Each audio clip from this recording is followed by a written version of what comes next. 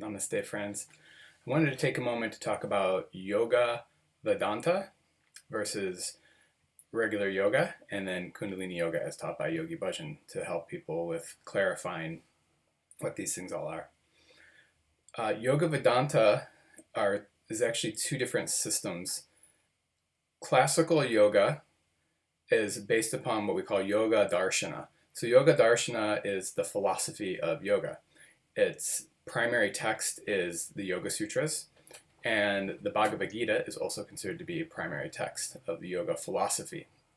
From the yoga philosophy, lots of practices can grow. So this is where it gets a little tricky with Yogi Bhajan's teachings, because yoga is not centralized and it's not standardized.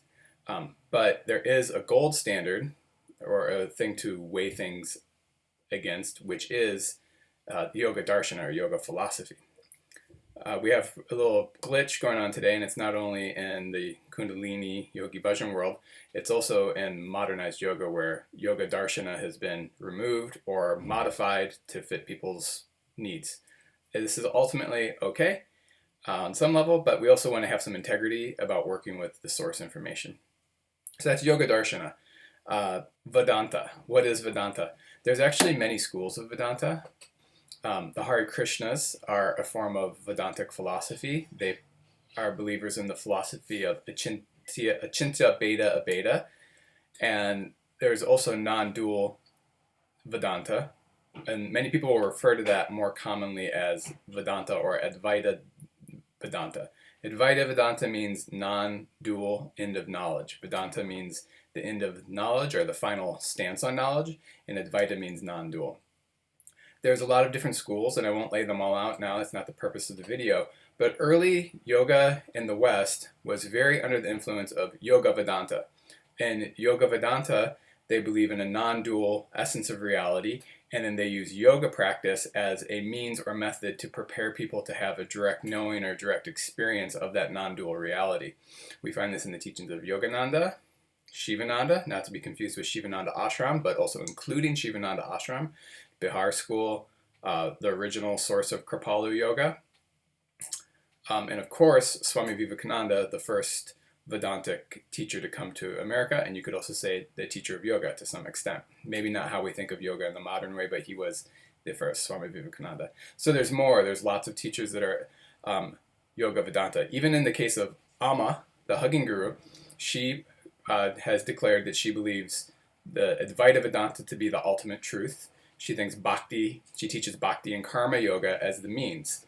They are teaching a hatha yoga system now more recently, but it's mostly always been about hatha, and it's always been about bhakti and karma yoga. So it's a very valid form of yoga, even though it hasn't been focused on yoga poses. So that's a Yoga Vedanta school as well. When we look at a lot of the modern Ayurveda teachers, David Frawley, he is a proponent of Advaita and also teaches yoga. So yoga and Vedanta often go together.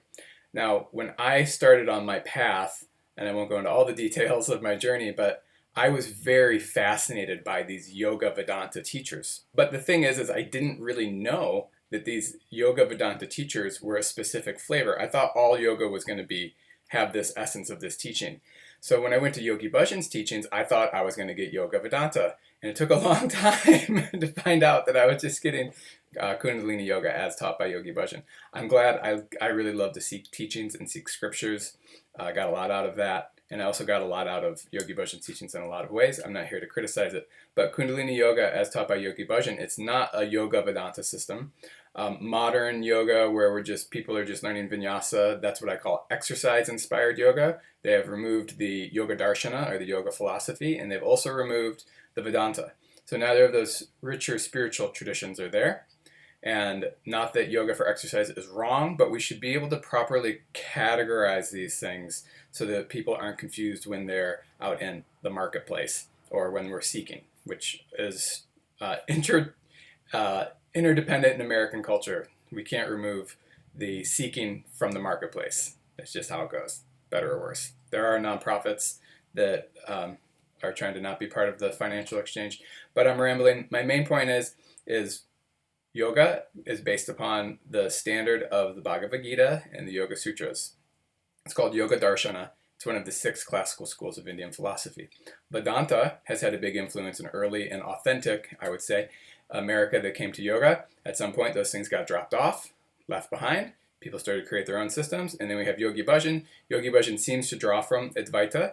And we also have the interesting connection for people who want to explore the Udasi connection, which is, I think, there's a lot to uncover there, Udasi Sikhs. So Udasi Sikhs are said to interpret the Sikh teachings through the light of Advaita Vedanta, which is a unique thing.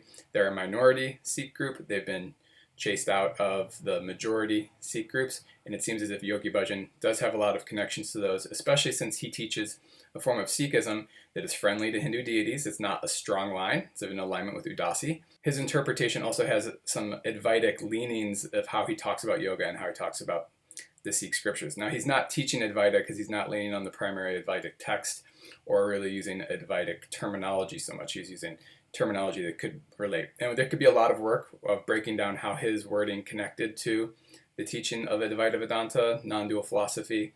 That's not the time. I just wanted to introduce these ideas to you very briefly. So thank you for taking some time to listen. Peace and namaste.